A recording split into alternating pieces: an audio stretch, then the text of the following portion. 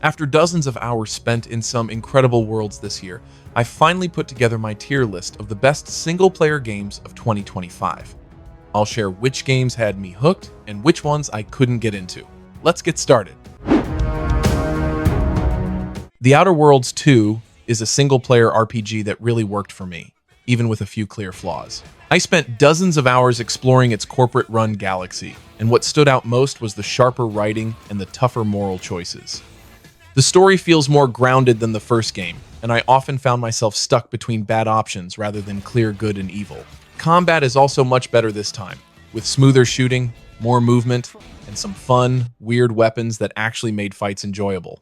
The RPG systems kept pulling me forward too, especially the skills, perks, and flaws that forced me to live with my decisions instead of fixing them later. That said, the opening hours are slow and the enemy variety gets boring pretty fast.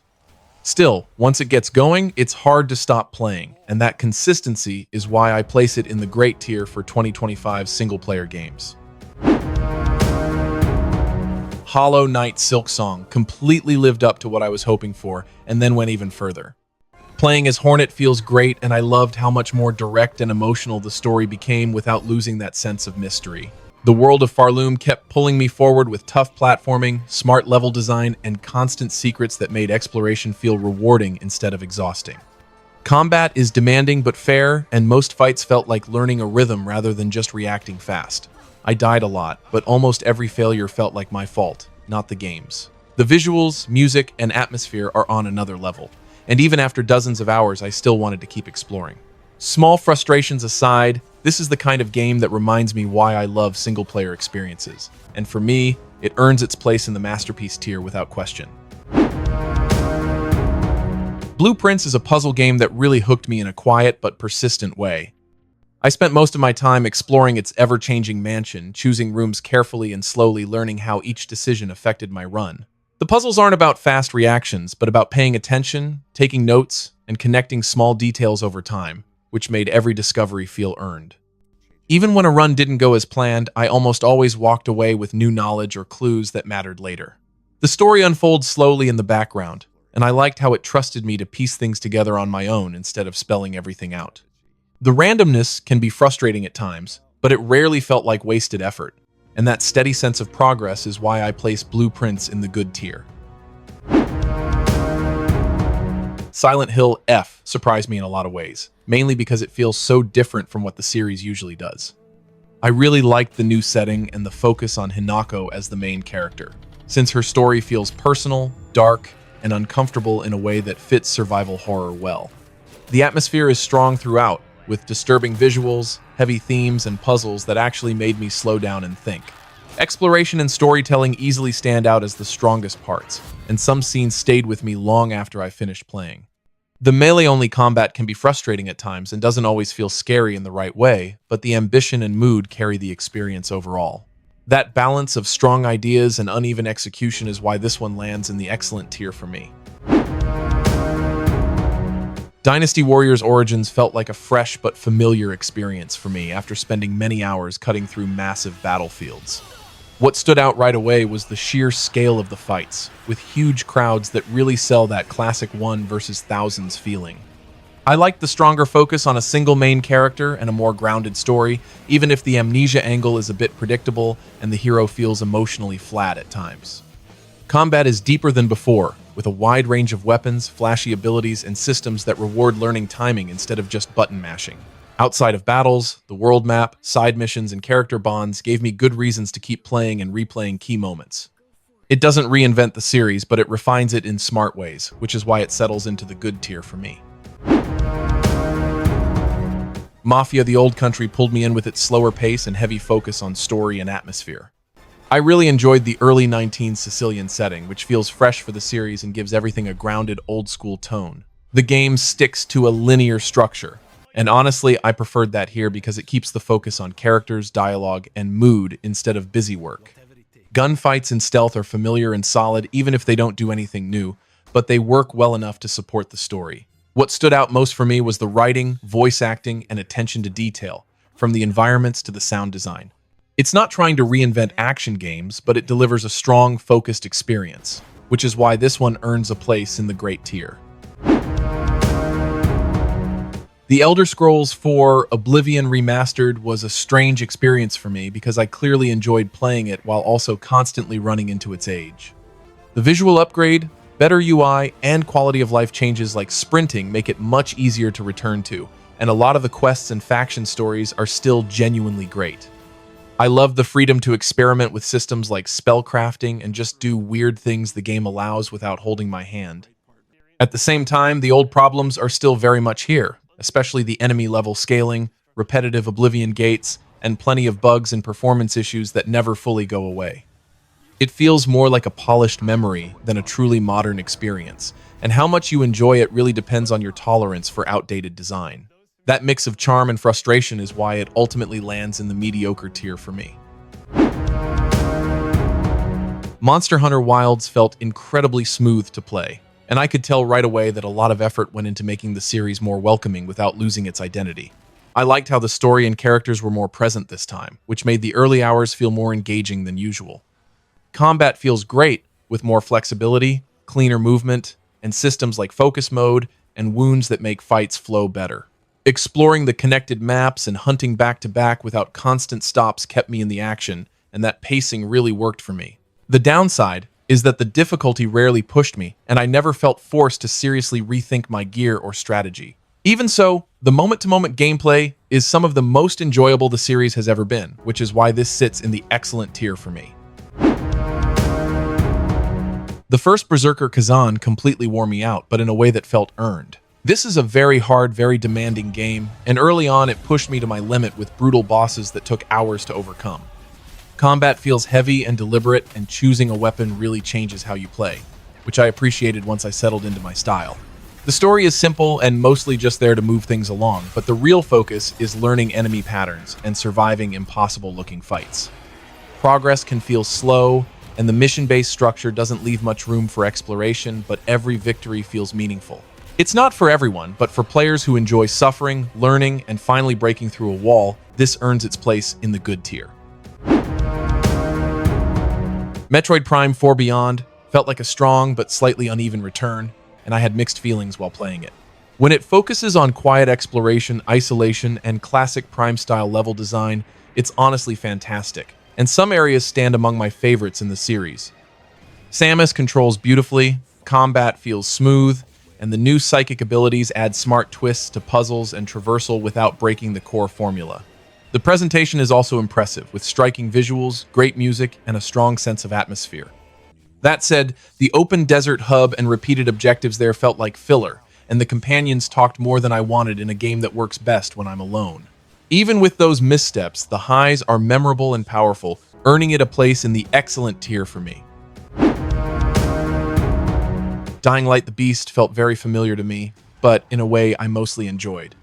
The parkour is still fast and satisfying. Moving across rooftops never gets old, and nighttime is just as tense and dangerous as ever. The big twist this time is turning into a monster yourself, and ripping through enemies with raw strength is both silly and fun, even if it's only used in short bursts.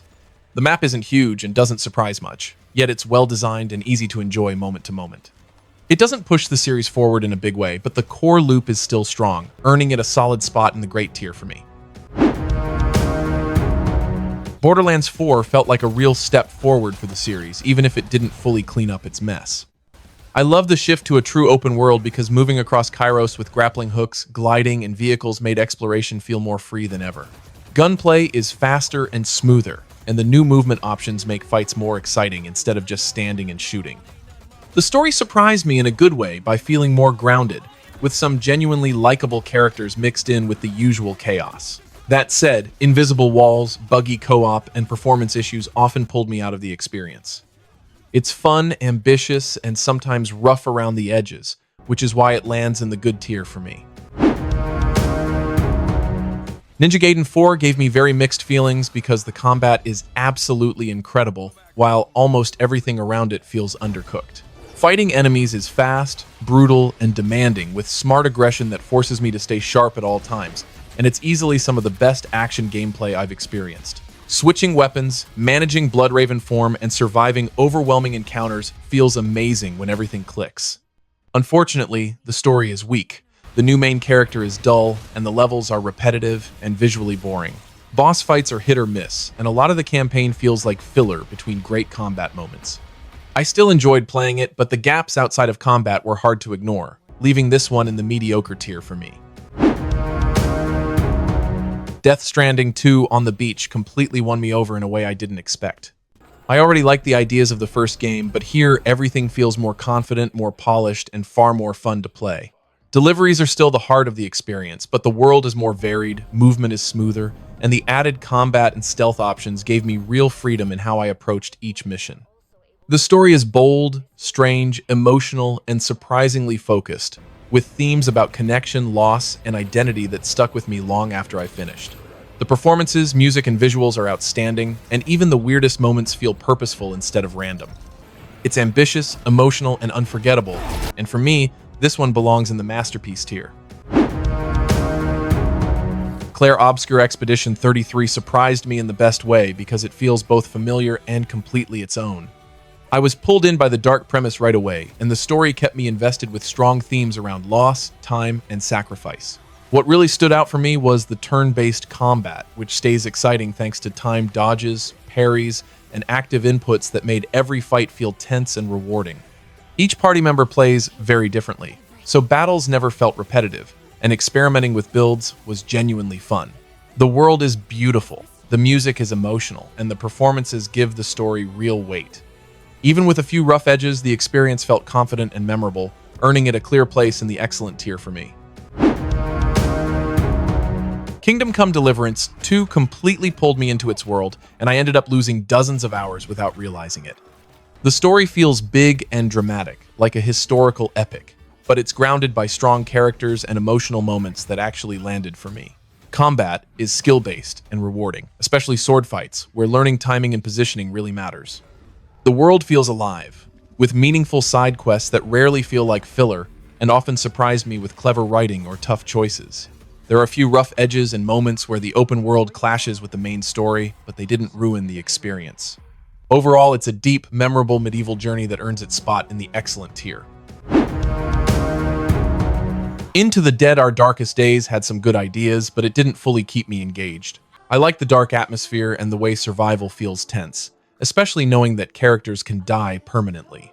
Managing the base, sending survivors out to scavenge, and sneaking through dangerous areas all worked well at first, and the presentation did a nice job setting the mood. The problem for me was repetition, because after a few hours the loop felt too familiar and didn't evolve enough. Combat is basic, the story is mostly what you make of it, and I rarely felt surprised by what happened next. It's solid in places, but the lack of variety and stronger direction held it back, putting it in the mediocre tier for me. Doom: The Dark Ages surprised me at first because it feels heavier and slower than what I expected, but once it clicked, I couldn't stop smiling. Combat is still intense and brutal, just in a different way, with the new shield letting me block, parry, and charge straight into danger instead of constantly jumping around. Fighting huge crowds feels like all-out war, and the mix of guns, melee attacks, and executions keeps every encounter exciting.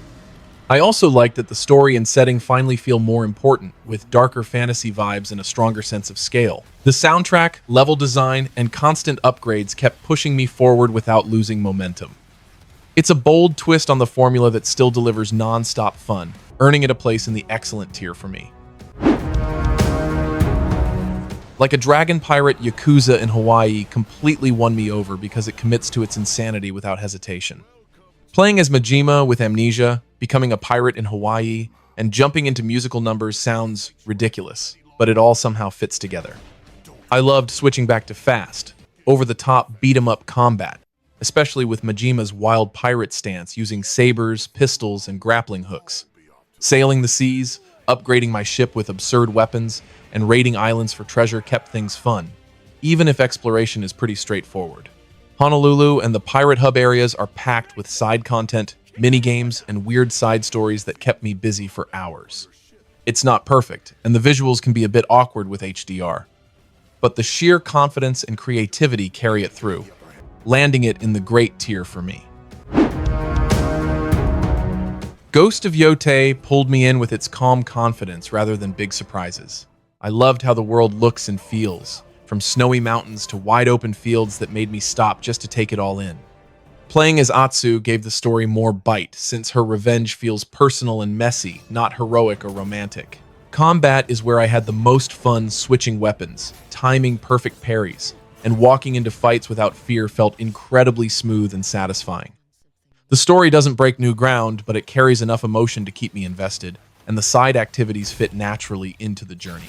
It may not reinvent the formula, but the experience it delivers is strong, focused, and memorable, earning its place in the great tier for me. Metal Gear Solid Delta Snake Eater felt like stepping back into a game I already loved, just with a fresh coat of paint. I really appreciated how faithful it stays to the original, from the story and level layouts to the slow, methodical stealth that makes every area feel like a puzzle. Sneaking through jungles, managing camouflage, healing injuries, and surviving on limited resources still feels tense and rewarding. The visuals are a huge upgrade, even if some of the old-school quirks show their age, especially in movement and boss fights. What still hit hardest for me was the story, especially Snake's relationship with the boss, which remains just as powerful now. It doesn't reinvent anything, but it preserves what made the original special, and that lands in the great tier.